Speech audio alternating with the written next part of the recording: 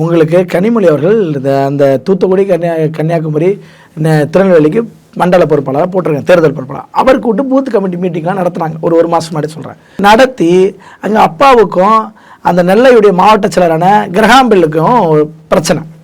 அந்த பிரச்சனை பேசி சரி கட்டுறாங்க. சரி கட்டினது பிறகு அங்கே போய் சபரீசன் போய் பேசுகிறார்.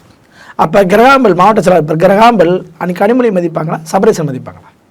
அப்போ அங்கேயே அந்த பெனிட்ரேட் ஆகிறது தெரியுதா? முதல்ல டெல்லியில் ஏதாவது காங்கிரஸோட பேச்சுவார்த்தைனா கனிமொழி பார்க்க சபரீசன் போய் பேச்சுவார்த்தை நடத்துகிறாரு. உதயநிதிக்கே முக்கியத்துவம் இல்லைங்க.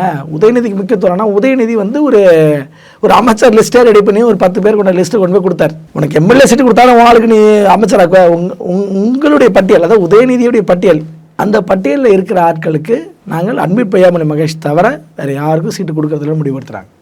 இன்றைக்கி ராஜீவ்காந்தி விஜயந்தெல்லாம் பேசுகிறாங்க, அவங்க யாருக்கும் சீட்டு கிடையாது. அவரெல்லாம் உதயநிதியுடைய பட்டியல். உதயநிதிக்குன்னு ஒரு லிஸ்ட்டு, மாப்பிள்ளை சார் இருக்கார்ல அவருடைய லிஸ்ட்டு தான் ஃபைனல் லிஸ்ட்டு.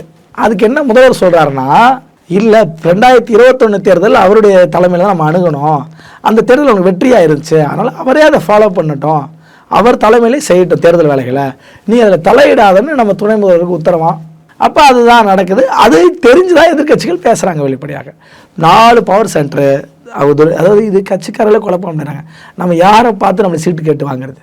துர்கா ஸ்டாலின் அவர்களை பார்க்குறதா, சபரீசன் அவர்களை பார்க்குறதா, உதயநிதியை பார்க்குறதா, இல்லை கனிமொழியை பார்க்குறதா அப்படின்னு தெரியல கட்சிக்காரர்களுக்கு.